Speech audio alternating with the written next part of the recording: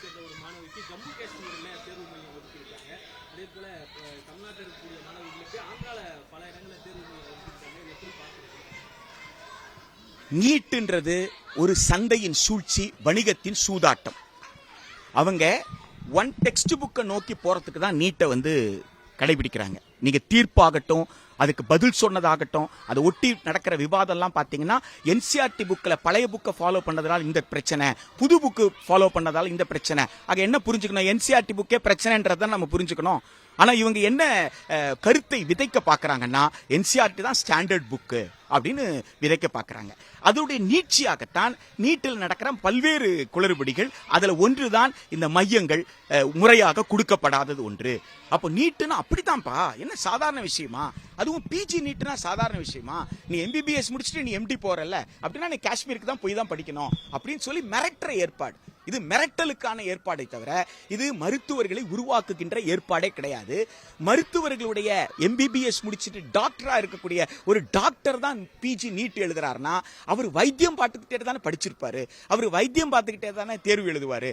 அவருக்கு போயிட்டு நான் பிற மாநிலத்தில் ஆயிரக்கணக்கான கிலோமீட்டர் தள்ளி போய் போடுவதுன்றது எந்த வகையில் நியாயம் என்ற புரிதல் இல்லாமலா இதை அவங்க செய்யறாங்க. எனவே இது சந்தையின் சூழ்ச்சி என்பதனால் அது பிஜி நீட்டா இருந்தாலும் சரி, யூஜி நீட்டாக இருந்தாலும் சரி, மாணவர்களை அது பிஜி மாணவர்களாக இருந்தாலும் சரி, யூஜி மாணவர்களாலும் சரி, நிச்சயமாக அவர்களை சமங்குள்ள ஆற்றோம். அதனால்தான் நாங்கள் கேட்கிறோம், மாநில அரசு மாணவர் சேர்க்கை நடைமுறையை பின்பற்ற வேண்டும். மாநில அரசிடம் அந்த உரிமையை கொடுக்கணும் என்ற கோரிக்கையை அதனால் தான் நாங்கள் எழுப்புறோம். அது யூஜிக்கும் பொருந்தும், பிஜிக்கும் பொருந்தும்.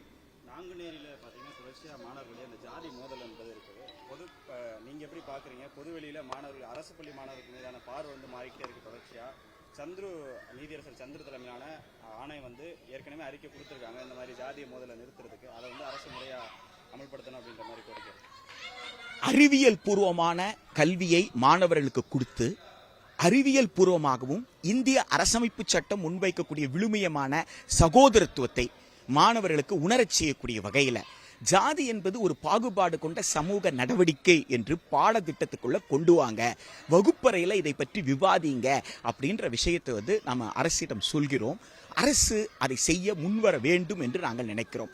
சமூகத்தில் இருக்கிற மிகவும் கொடூரமான தீமையான ஒரு நடவடிக்கை என்பது பாகுபாடு, சாதி ரீதியான பிறப்பின் அடிப்படையிலான பாகுபாடு. அந்த பாகுபாடு களைய வேண்டும் என்று சொன்னால் ஒட்டுமொத்த சமூகத்தில் களையும் போதுதான் குழந்தையிடம் கூட அதை கலைக்க முடியும்.